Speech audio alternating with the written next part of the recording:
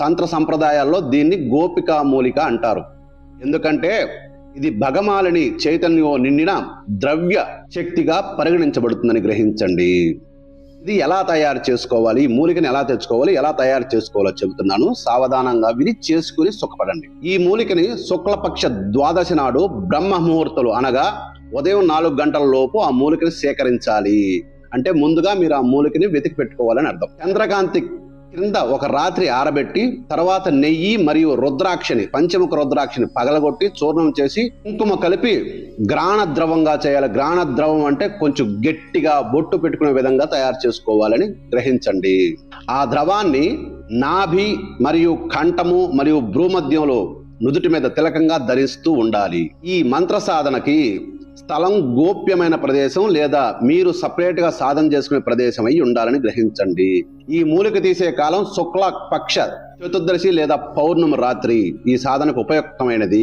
దీపం ఎరుపు రంగు దీపం అంటే ఎర్రని వస్త్రాన్ని నెయ్యితో వెలిగించాలని గ్రహించండి. ధ్యానం భగమాలిని దేవిని రక్తవర్ణ వజ్ర సింహాసనంపై కూర్చున్నట్లుగా నవరత్నాలతో అలంకరించబడినట్టుగా ధ్యానించాలి. ఆ ఫోటో కూడా ఇక్కడ ఇస్తాను, నేను ఈ వీడియోలో డిస్ప్లే చేస్తాను, చూసి చేసుకోండి. ఈ మంత్ర జపాన్ని 1108 సార్లు జపించినా సిద్ధి అవుతుంది. 108 సార్లకు ఒక్కసారి జపం అయిపోయిన తర్వాత మూలికా తిలకాన్ని స్పృశించి ఇలా సంకల్పం చెప్పాలి. భగమాలిని దేవి సర్వజనం నాకు వశం అవ్వాలని, నా ఆజ్ఞానుసారమే మసులుకోవాలని సంకల్పించుకోవాలి. అంటే ఒక చెయ్యి దాని మీద పెట్టి ప్రతి 108 జపాలు అయిపోయిన తర్వాత ఒకసారి అలా పెట్టి చేసుకోవాలి. ఈ ముందు ఈ రసము ఇవన్నీ ముందు తయారు చేసి పెట్టుకోవాలి మంత్ర జపం కంటే ముందు. ఇక మంత్రం ఓం ఐం హ్రీం భగమాలిన్యే సర్వజనమే వశ్యం కురు కురు స్వాహ. అలా చెప్తున్నాను, మంత్రాన్ని వినండి.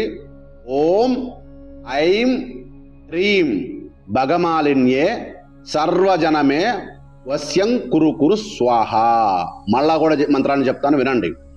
ఓం ఐం హ్రీం భగమాలిన్యే సర్వజనమే వశ్యం కురు కురు స్వాహ.